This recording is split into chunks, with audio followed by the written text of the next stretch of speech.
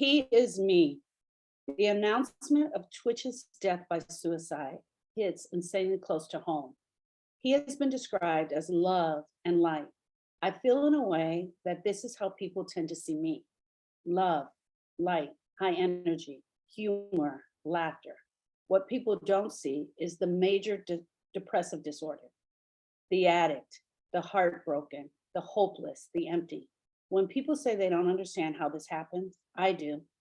I get putting on the show, performing to keep the people around you happy and feeling completely empty when the lights go down and the show is over.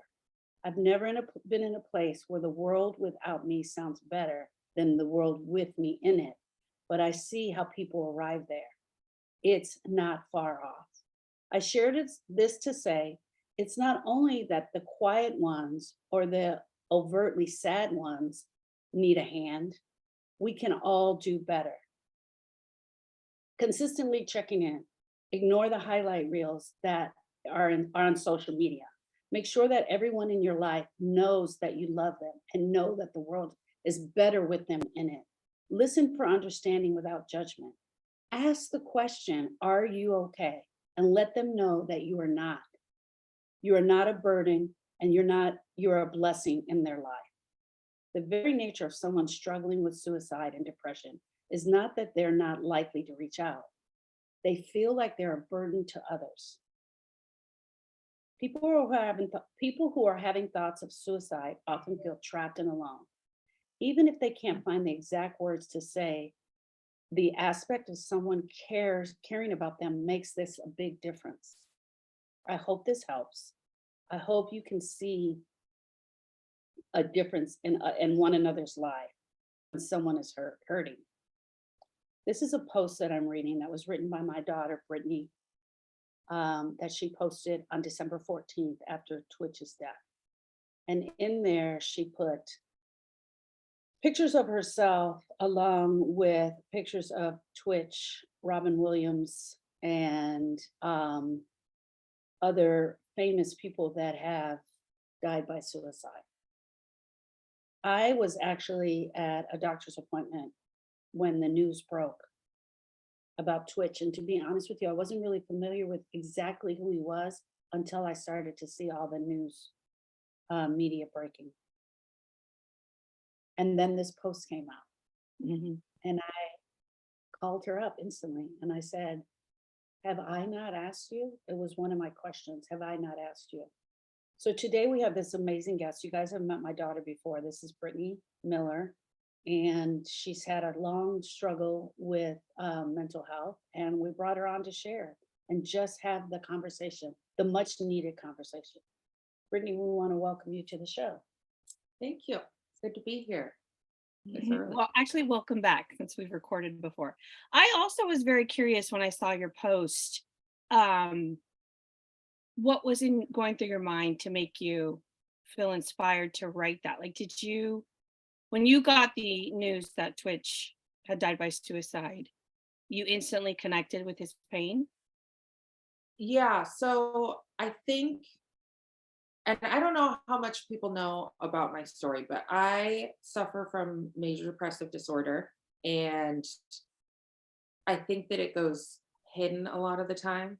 And with my major depressive disorder, I started drinking kind of, I don't know if it is like reclused into myself. Like I didn't share what was going on. I continued doing all the things that I was doing, which includes, I mean, I'm no professional dancer, but I find joy in making people laugh and bringing the humor to people. So, despite how much I was hurting, up until the very last minute, I was making people laugh and telling jokes and being excited and like doing everything I could to not let people know how much I was hurting. And so when I see someone like Twitch that is a performer, that is so unexpected, like everyone was just so shocked of Twitch, and he has this great life and he has these young kids and this perfect family, and just the fact that he could be someone who died by suicide, everyone was so completely shocked by that. To me it was like, oh no, I absolutely get it. I get being the performer and wanting to turn the light on for everyone else when the light inside your own heart is so dim and you're hurting so bad, but all you can do is perform for the very next person. Like people keep showing, oh, this video was yesterday with his wife, they're dancing in front of their Christmas tree. And for me, it's like, I completely get going to work and I'm around all these people and let me tell this joke and let me tell this joke. And then the very next day I'm getting shipped off to rehab because I can't stop drinking because my heart is so broken. Like I get that feeling of performing until the very last minute and not asking for help and not letting people see that I need help and not sharing that my heart is hurting. Like I'm the person that performs for everyone else to make sure everyone else is doing okay. And it's actually a symptom of codependence is something that I learned while I was in rehab, that it's so much deeper than what I even know, and it's something that I'm still personally exploring, but I get that. And before I went through it, like before I had someone point to it and say this is major depressive disorder, I had not seen that in people like Robin Williams and Chris Farley and Kurt Cobain, like the people that are performers that use humor and performance to try and mask possibly what they're feeling. And sometimes for me, it's I literally cannot even stop doing what I'm doing to assess my own feelings and see where I'm at. Like Mhm. in some of the last days before like this all came out for me personally, I had to write an email to work and say, I cannot even come in today because I know I will not be able to stop performing. I know I need to be in my feelings right now. And I know I will not be able to not be in my feelings if I'm with people. Like I literally cannot turn that off. Oh, So that's very interesting. yeah, I didn't realize that. So you have to make a conscious choice to feel the feelings, to stay home, kind of stay quiet, let the feelings come in. Because if you're around people, then you just constantly go in. It's like autopilot of making people laugh and being silly. Like that's yeah. interesting. Yeah, so it's and I always thought so the word codependence, I always thought it was like, oh, people that have this relationship and it's a toxic relationship and you're relying on the other person, but that's not what it is. It's like it's always wanting to do the best for the other person, like disregarding your own feelings so that the other people around you like you more. Like I never want people to be sad, even to the point that one of my biggest moments, and I'll never forget this, Austin died. I was 17 years old, and my friend from high school had called me, and he was like, "Oh, I saw that your cousin passed away. How are you doing? Were you guys close?" Like asking all those questions. And I'm like, the most broken, the most hurting I've ever been. Our family is insanely close. And he's like, ask me these questions. And I just automatically was like, no, I'm okay. We weren't that close. And I was dying, like Mhm. dying inside. But in order to make him not feel uncomfortable, someone who called me to check on me, I didn't want him to be uncomfortable with my sadness. And I'll never forget that moment because I think back to it like, wait, that was so stupid. Like he literally was calling to offer me help and I'm Yeah. denying help because I don't want him to be uncomfortable. I don't want people to, hey, how are you doing today? Oh, it's not really a great day. Like I don't want to ruin their day. Like I don't want my feelings to impose upon them. So let me just shut it down. I just want people to like me. I want people to want to be around me. I don't want to be the dark spot in the room. Like I can Right. never be allowed to be the dark cloud when sometimes I have to be the dark cloud because that's what's really happening for me. Yeah. That's what's real. But I want people to like me so desperately that I cannot even be sad. Like people don't like sad people. When in reality, people want to help sad people. But I in my head, I'm like, oh, like I can't allow them to see that I'm sad my cousin died. Like it's sick. Like it's such a mental health issue that I'm like, I have to be the one that's performing. I have to be the one that's okay. Yeah. So one of the things that we really go to in this family is sarcasm and funny jokes. And I can see all three of us resisting that.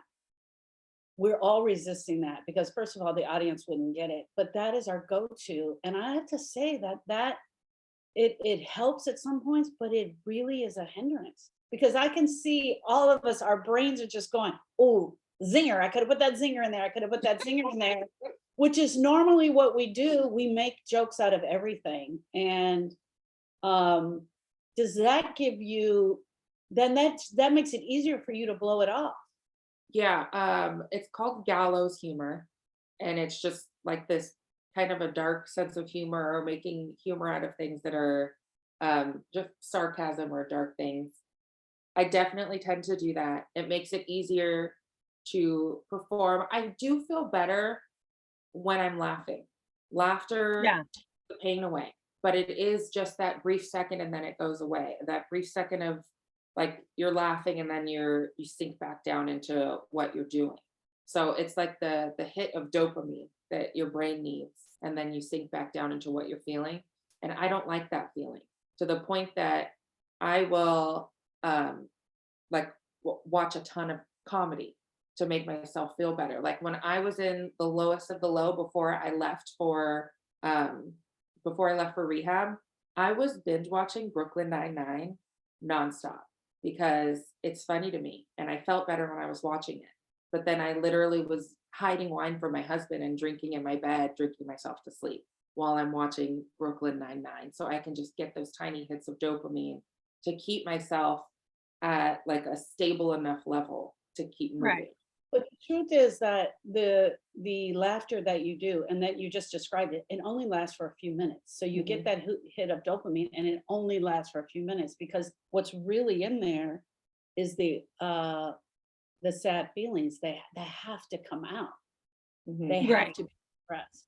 I wanted to ask, so do you think that it's more of the codependency or the depression that robs you of being your authentic self? It's more that sounds like more of the codependency that stops you from being authentically truthful, like I'm having a rough day today, than the depression. The depression is causing the sadness, but it's the codependency that stops you from really just going there with people like, I'm struggling today.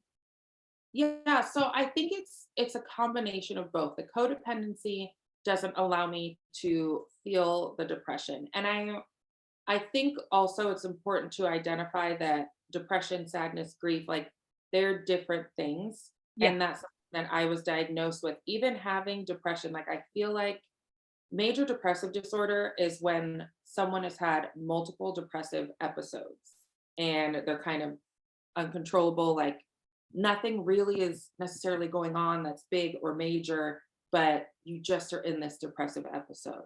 So having that be a part of my mental health journey is difficult for me because I have a hard time identifying it and even letting it come in and be like, okay, this is a depressive episode. I might need to talk to someone, or maybe 8 to 12 weeks of therapy or something like, let me dive into this feeling. That's something that I personally need to identify or do. And then being codependent means that it takes me so much longer to realize that's what's going on, that I'm in a depressive episode. It takes me so much longer to identify because I don't even I feel like sometimes I don't realize that I'm performing. I'm just as soon as I see people, I'm on. And it never Mhm. ends. Like I get in front of someone and the light switch goes on and I can't turn it off. And then sometimes I'm in my car driving home and I'm just like either I'm sitting in silence, like and I don't even realize that I'm sitting in silence, or I get home, I go right to my bed. Like I don't realize it's going on until Mhm. sometimes someone points it out. Because the body doesn't forget, the heart doesn't forget, the Right. brain doesn't. It has memory, right? So it goes back to what it always knew. So the performance is right there. Okay, so my question is going to be about social media. I love that you've been so honest on social media because I feel like it's going to help so many people. Mhm. You've been honest about your addiction, you've been honest about your depression, and every time something happens, you can share these like amazing, beautiful posts. I may not be able to read them properly, but they're these beautiful posts. There's this other aspect of the covering up and the codependency, I believe, and that's the social media posts. That I'm okay, I'm all Mhm. right. Like I didn't realize I had been following Twitch on TikTok because he and his wife are these beautiful dancers, and I love Mhm. watching them dance with the family, and I love their house and just all of that. So I didn't realize that I actually knew who he was. So um, this portion of social media where people portray something that's not true. Yeah. You're showing the highlight reel of your life, and it's part of the performance. Social media allows you to perform in small bursts, and then you're consistently, for me personally, not that I'm like this major influencer, but I'm going and I'm okay, how many likes? Oh, Yeah. people really like that. People really enjoyed that. Oh, people thought that was funny and they're commenting. Like, it gives you those tiny hits of dopamine, just like the laughter that you can go and engage with, and you're still from afar able to perform for all these people. Particularly for me, living in Texas, away from my closest friends and family, like everyone's back in California, but they're able to see that I'm Yeah. still on, that I'm still performing. But if you look back through my social media, you can see at my lowest points of depression, I stopped posting because I got to a point where it was like I can't put in the extra effort. I only have the capability to perform when I'm in front of people. Like, I can't even come up with Right. the word, can't come up with the jokes, edit my photos. Like, I can't do any of that right now. It's the extra energy that it takes. Like, I realize that it's sucking from me to perform, but I'm still doing it when I'm in person, but let me dial it back on social media because I just physically can't get up the energy. So there's long gaps between my posts on social media where, like, I'll be posting once, twice a week, something like that. And then all of a sudden I go from October to February and there's nothing.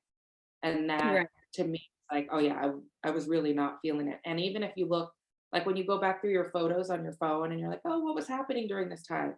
I have no pictures. Like, I just wasn't doing anything. I just was in my bed, or I just was binging Brooklyn Nine-Nine. Like, I just was trying to make it through so that the Yeah. next thing to do was perform for people, even like going to church 2 or 3 times a week. I'm still walking in the door and performing. And that's supposed to be a home and a place where Right. people go to get help, to get restored. And I was even going into those doors. Let me just turn it on for other people and everything's okay and I'm doing great. Like, because I'm so uncomfortable letting people into my own feelings. So have you had Thank you. suicidal thoughts? Oh, that was I have never had any suicidal thoughts personally. Um, and I have a zinger in my head. But No. I'm gonna keep moving fast. But I I get it when I hear it from other people, particularly people that I know are performers or people that are the bright light in the room. Every time I see it, I'm like, oh, like I just wish someone had asked them if they were okay. I wish someone had gone a little bit deeper. I don't think that um, I personally will, and I don't know everyone's journey because I'm sure that people that have died by suicide never thought that they would do it either. I've never thought that. I've never felt that way. So I do think that it is separate from major depressive disorder in a way. I think that it's a deeper feeling. Um, but I get it. I get how you get there. I get how you can be a bright light in one moment and completely shut down in the very next moment. Yeah. I think people, if your mom and I had just done this show without you and we were describing you, people would not believe it. But the fact that they're hearing it out of your mouth, because I think a lot of that's how they look at you, like, oh my God, Brittany's so funny and she's so this, you're so animated and you're just full. When you're outside looking at you, you're like just full of life. But Yeah. no one knows the darkness that you're carrying inside. And I really appreciate you speaking your truth because I really feel like this will help a lot of people. And that's the when I was telling your mom that we needed to have you on, my perspective was to ask, why don't people talk about it? Yeah. Why couldn't you go to your mom and say, I'm in trouble? Or I don't know, did you tell your husband, did you tell Matt you were in trouble? Like, who did anybody know how bad, really, really bad it was? And that's what I have. My question is, who is your person?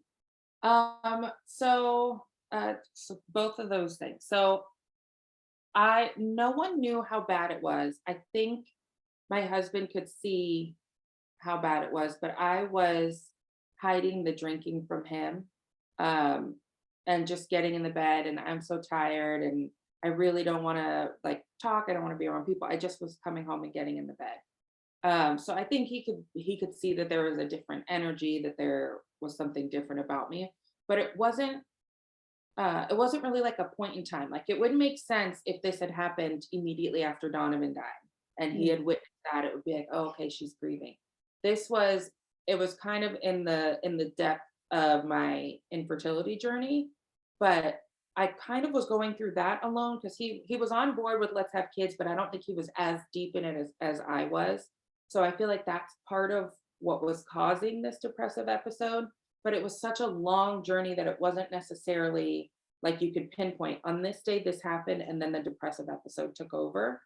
So I think he wasn't picking up on that. I did have someone at work, my friend Kyle, who I I feel like he's just a little bit more uncomfortable with women, but he was like, "Oh, you stopped doing your hair." Like he just had mentioned something lightly, and I like brushed it off, like, "Oh yeah, my hair is too hard to do." But he actually had started picking up on things that were different about me, but I like kept brushing it off. And I don't think I've ever actually talked to him. He's one of the people that like he kept me hanging on, and I don't think he even knows how much of an impact he had on Wow. me. But he just made these like, "Oh, you stopped doing your hair." And when I came back from rehab and stuff, and I let him know I was going, he was like, "You look really great. You're getting back to the old Brittany." Like he made these comments, so I know he noticed. He just like he didn't know how to ask me if I was okay. Wow, that's But deep. he was like, Yeah. "Your hair."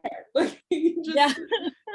just um, but I think people did start to pick up on subtle stuff like that. Like I was only wearing leggings to work. I'd stopped doing my hair. Um, and I just was drinking all the time because at a certain point, and it wasn't like I was drunk, like no one would really know that I was drinking. But at a certain point, the alcohol brings you to a point that for me personally, I could keep performing. Like I could keep the light on, even though it was so dark inside. Like I could not, on my own volition, like keep the light on by myself. And it started Mm. with the alcohol helped me sleep because I couldn't sleep. So that's when I started drinking more consistently, was the alcohol helped me sleep.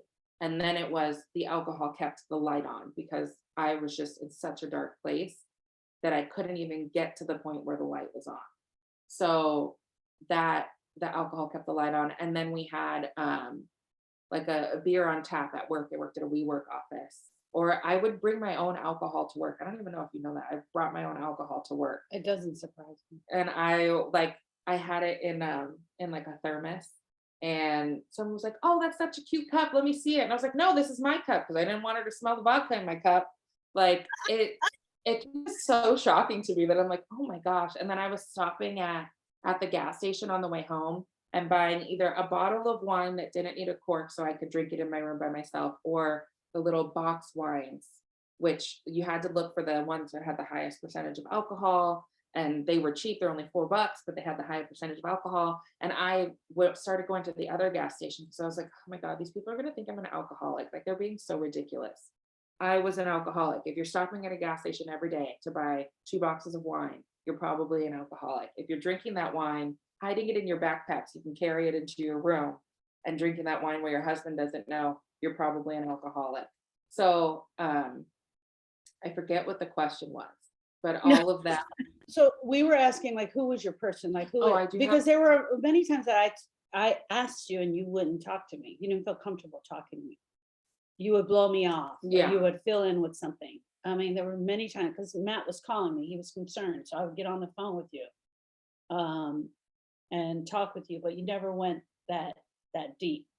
I think at that point in time, I didn't really have a person that was I was my person. I'm Netflix is my person. Like I just shut down. I don't talk Mhm. about it. I'm not open about it.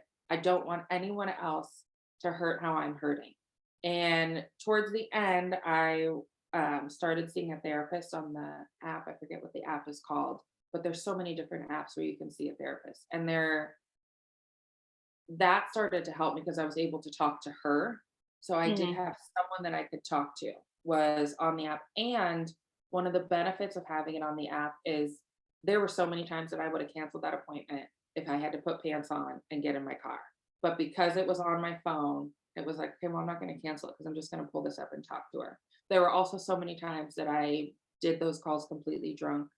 And then I also started talking to my doctor. My doctor's the one who prescribes the the medication for me, Mhm. which kind of started to tip the scales a little bit for me, where I think that I started to see the light. So my doctor, and I think now, um, another one of my people, which I don't, she might know she's my person, but my friend Lena, um, her, I think I should actually interview her. Her dad, I believe, died by suicide as well, but she had a loss in her life when she was young, which I think people cannot correlate to that. Like I want to say she was in early college years, and I lost Austin at 17. And when you're that age, and this might be just how it started, people in high school don't know how to talk to you when Yes, someone has died. High yes. schoolers don't know how to relate to you. So I think Mhm. that's part of the problem, that I automatically started to shut down, because no one knew how to talk to me. No one knew how to ask me if I was okay. No one knew to check in. They're just like, oh, someone died. And they keep moving with whatever's going on in their life, Yeah. because that's the nature of a high schooler. So I think that's kind of how it happened for me. Um, and Lena had a similar loss, that she was young. People didn't know how to talk to her. So Lena and I can talk to each other. We can switch in and out between gallows humor and be, here's how I'm feeling. This day's really rough, but then we're laughing and joking and come back kind of how our family is.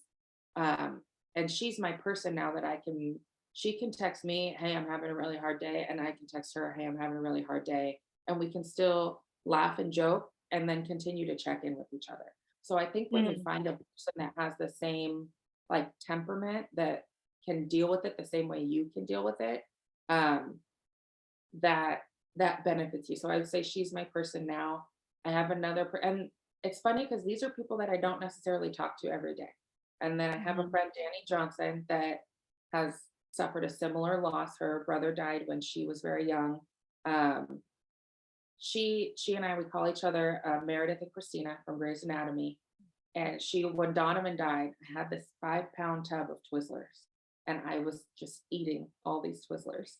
And she was like, Brittany, you're gonna be mad at yourself. You need to stop eating all this stuff. Like, I know you're sad, but you need to stop eating all this stuff. And I was like, okay, just let me eat this tub of Twizzlers, and then I will get my life back together.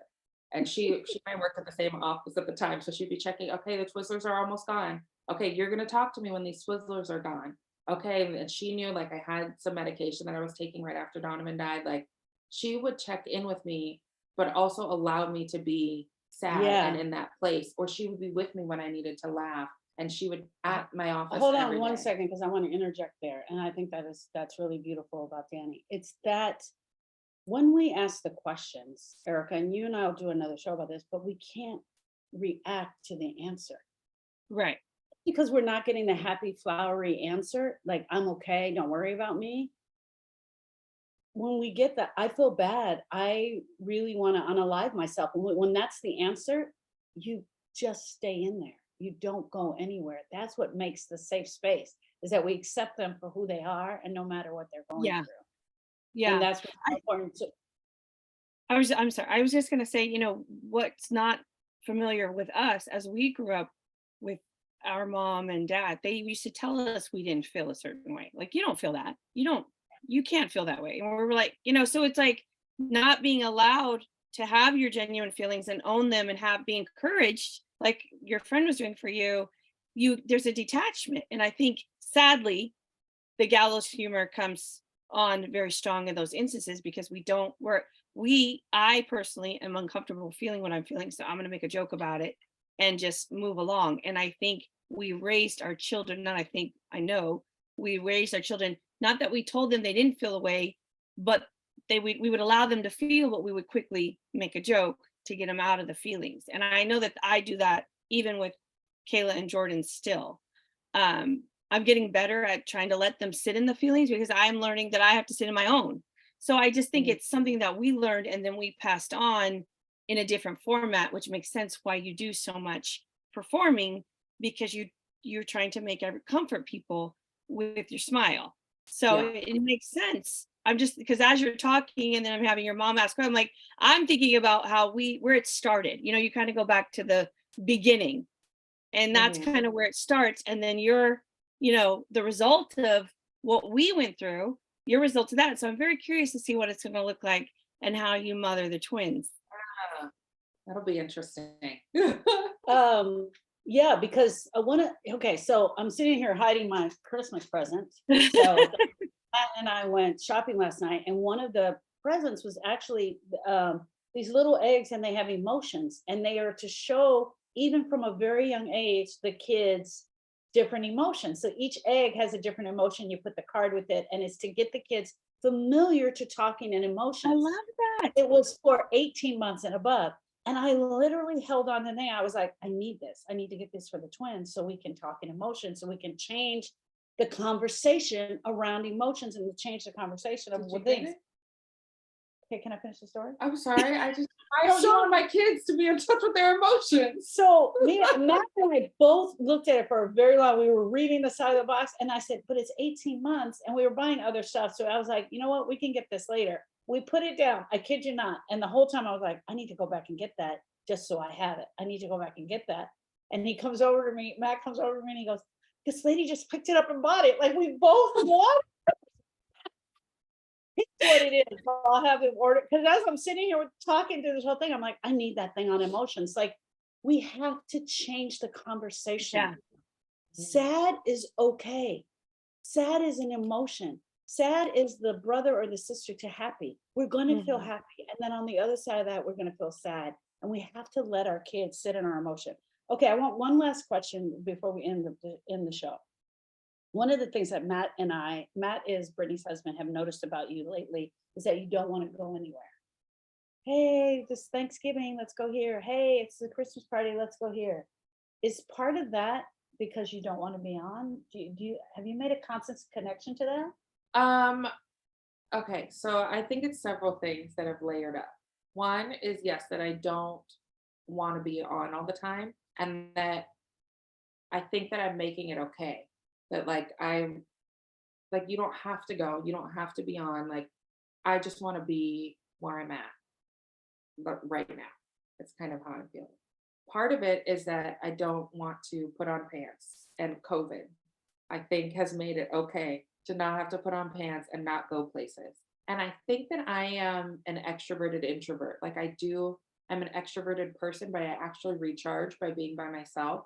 And I feel like I've had so many years of not being able to recharge that when COVID hit and we were at home, I got this long period of being able to recharge, and that feels so much better.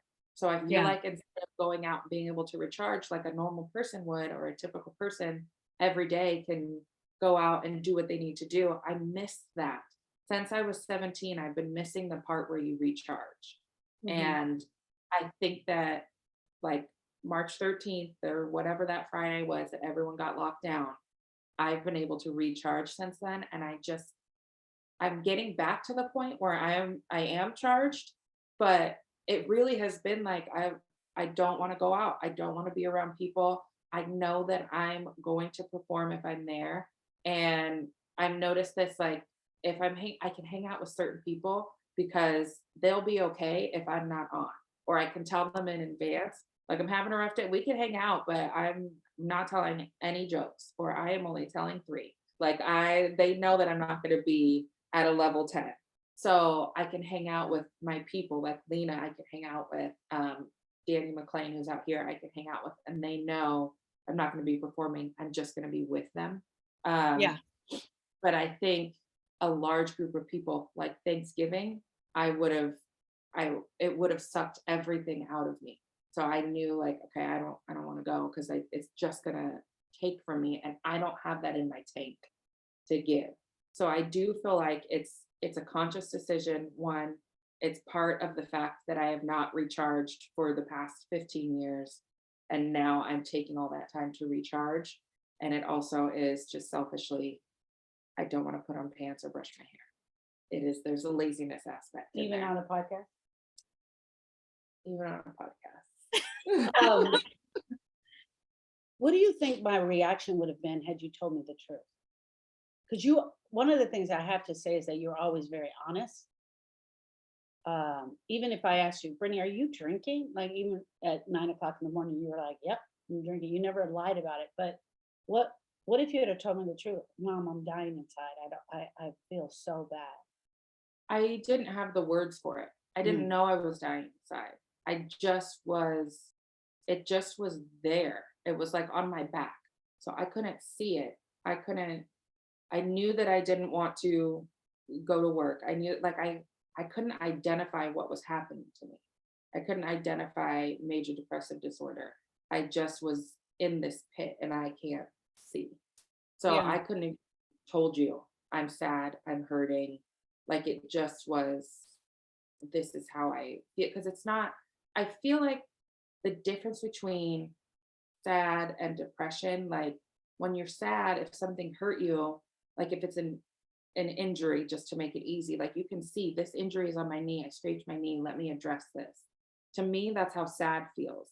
Like Donovan died. I'm sad. My heart hurts around this subject, around Donovan.